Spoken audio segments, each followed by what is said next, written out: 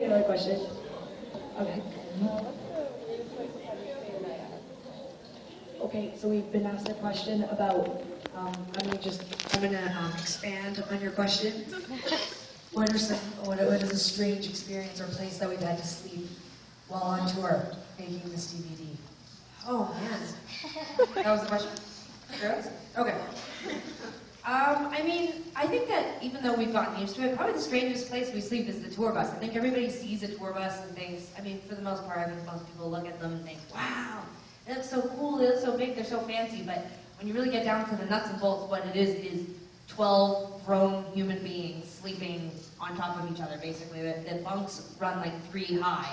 So Sarah's laying there, and then like 3 feet above her is like our drummer, and then 3 feet above her is me, and then like 2 feet across the aisle are 3 more bodies. So we kind of, or like coffins. Or yeah, we call them coffins or pods. So that really truly, when it comes down to it, is like the strangest part of what we do is this like communal living and sleeping. It's like you become an adult, and they're like, pay taxes, and, vote and pay taxes, and then sleep in a pod with 11 other people. And some of the things that people don't know is like on a tour bus you can't poop, and you also can't put any paper in the toilet, so that rules out a week of the month for women. Like basically, what do you do with that? You know what I mean? So basically, when we were getting ready to do this DVD, we were talking about funny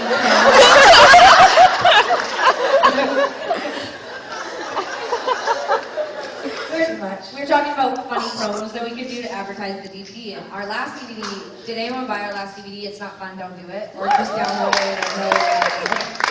Okay, well, like 5 years ago, we put out this DVD. It's not fun, don't do it. So when we were making this DVD, I thought it might be funny to play on that and have like a funny name like that. And one of the things Sarah and I say the most is, besides for the most part, which I say all the time apparently, but is it's harder than it looks.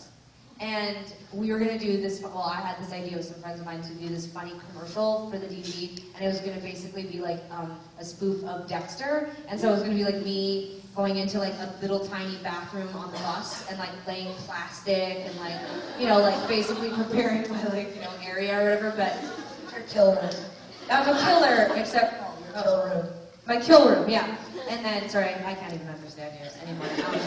My kill room, and then I was gonna basically, like, the next shot is like me going into the bathroom, but then like when I walk out, it's like the entire bathroom is covered in blood, and it's like harder than it looks. Because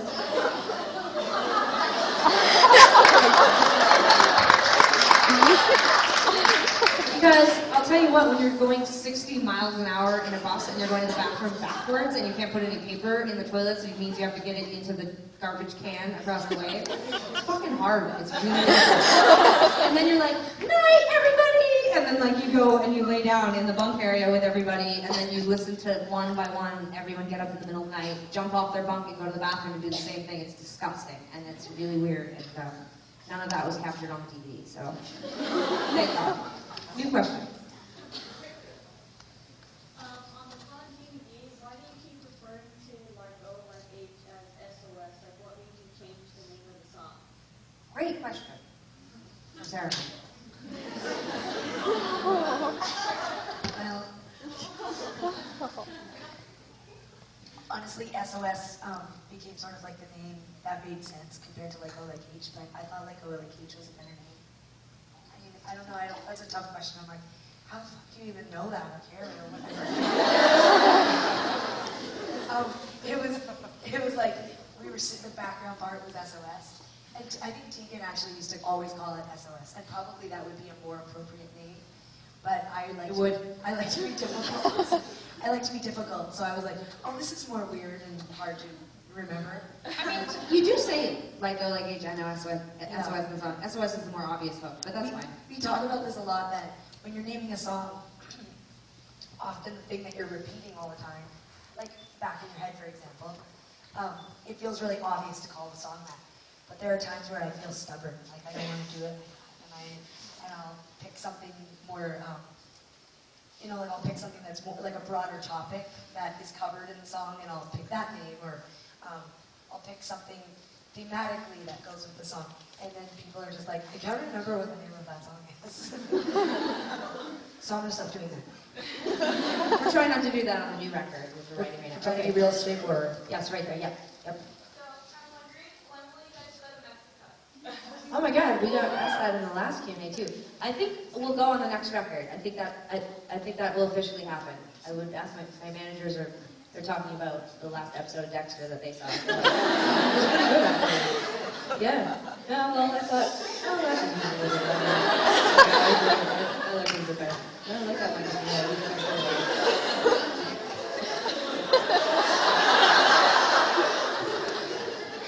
Soon, I promise. Okay, yeah, with the white hat on. I'm a musician, I'm a songwriter, and when I'm writing songs, I'm always trying to figure out that unconsciously steal a melody from something I've heard before. I was wondering if you guys have ever experienced this or found it involving Yes, great question. I actually recently wrote a song and sent it to Sarah, and she was like, what did the terp? She said, this song is rubbing a bit, and I knew immediately what she meant. I was like, it sounds like it's ripping something off. And she's like, yes, I just can't place it. And I was like, I can. And It's hard to smooth, like, yeah. It happens though, you hit a melody and you can't, it's not the exact melody, but it's like a bit of it, and you know it's happening, but you can't stop yourself, and then, you know, you kind of end up steamrolling the song and ruining it, but sometimes you still have to complete it anyway, so, but it happens. I mean, sometimes I go and try to rip things off. I'm like, I'll like go and listen to like, I'm really into Ace of Base again, like I'm having like a resurgence of interest in them, and people laugh about this, but I mean, the records are dark, and their harmonies are amazing, and the production is, I feel, ahead of its time, so anyway, I've been listening to it a lot, and yeah, I'll like blatantly try, like I'm on the guitar, I'm not that good at it, but I'll be like, oh, that you won't. She's good. I'm like, can I pull this over on Sarah? Like, will she notice?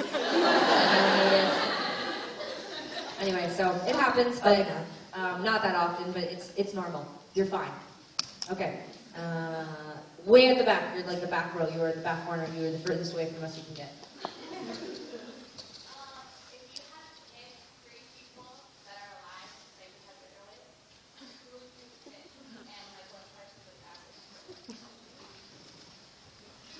Okay, I can do this one.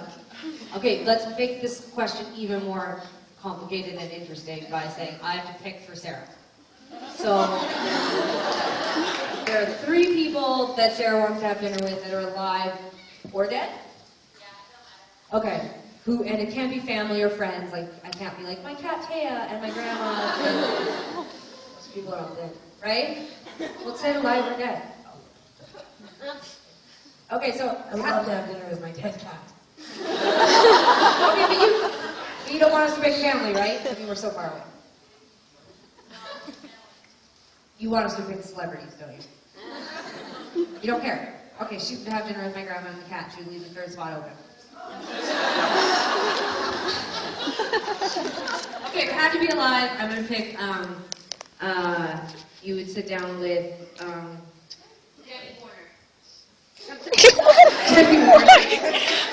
Sarah? Sarah, poor Sarah, she doesn't have any idea who that is. Okay. Walk away from it. You would sit down with Woody Allen. Rihanna, thank you. 14 and already the star of the show. And okay, so it's Rihanna and Woody Allen. Who will balance that out? Oprah? Oh my god, that would be really, that's too much.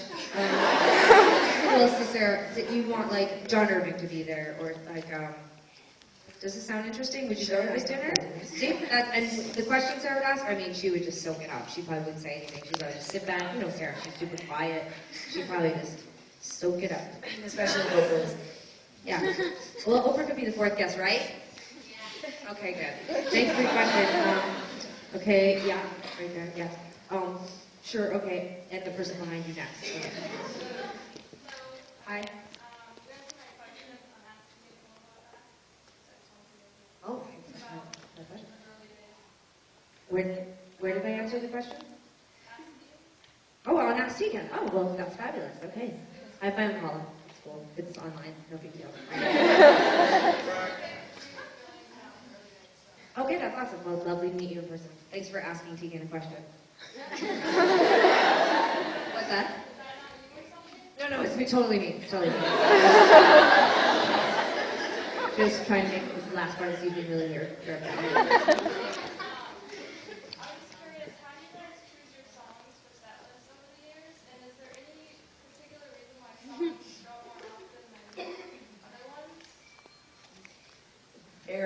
question.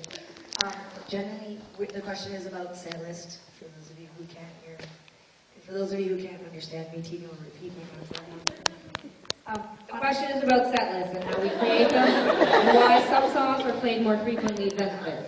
Being that we're occupying Vista, you should just repeat everything like at Occupy Wall Street. Sarah wants me to repeat everything that she says like they do at Occupy Wall Street.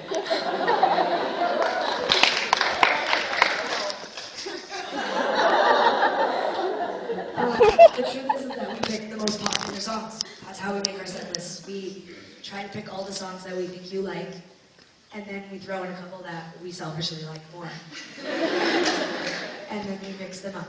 And that's basically what we do. There are certain songs that we like to finish the set with, and certain songs that we like to start the set with just to get warmed up.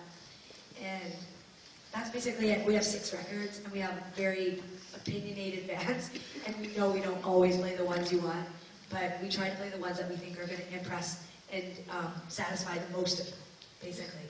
And if a song goes over not so good, then we're we kind pull of it. sad. Yeah, we'll pull it. It's basically like a team. Yeah. We're like, you're bad, you're bad, and put something else in. And Sarah's right, we like, before the last record came out, we went on iTunes and just looked at the numbers of what people have bought and downloaded, and we picked a lot of the songs we were going to do based on that. So We just want to make you happy. that's pretty much it. But there's always the people in the audience that are like, Superstar, Celebration, amazing songs. Which one do you want? Frozen, yeah, all really good. So I think we'll eventually get there. I mean, this record cycle we did, we did a bit of Superstar, not the whole song, but as much as about 2 minutes of it. I wonder if perhaps we should have a Tegan and Sara cover band open for us on tour. Oh my god, that Maybe would be like all the songs that we hate. it would be amazing. But yeah, we try. I mean, we'll get there. As we get older, I get more interested in going backwards. So, but thank you so much for the question. Yeah. Yes, sir. Hi. Hi. My daughter who's making, she's actually a huge Tegan and Sara fan. Aw. You met her, she's Edith, she's Oh yeah, of course. and her screen name is Tegan's Always on YouTube. She has a lot of songs for that. Anyhow, she couldn't wait. Did you say hi to her? Hi. How's it going? We're just at a Q&A. Your dad saying hi to us. Last time I met you, you seemed young, so you're probably in bed. And so keep making those YouTube videos. I mean, as we see every single day, that's how you get famous now. You don't even have to leave your house. You just do it. I threatened the other day that I was going to re-record Living Room because I sing it so out of tune in the movie that I need to like prove that I can sing that song. So maybe you should cover it, and then I'll go look at it and feel better about you and less good about me. So, how you doing? Can I give you her card for her site? Can I what? Give you her card for her site. Oh, please, let me get it from you. You're a really giving crowd, a real giving audience. Okay, a couple more questions here. Okay, I went over here.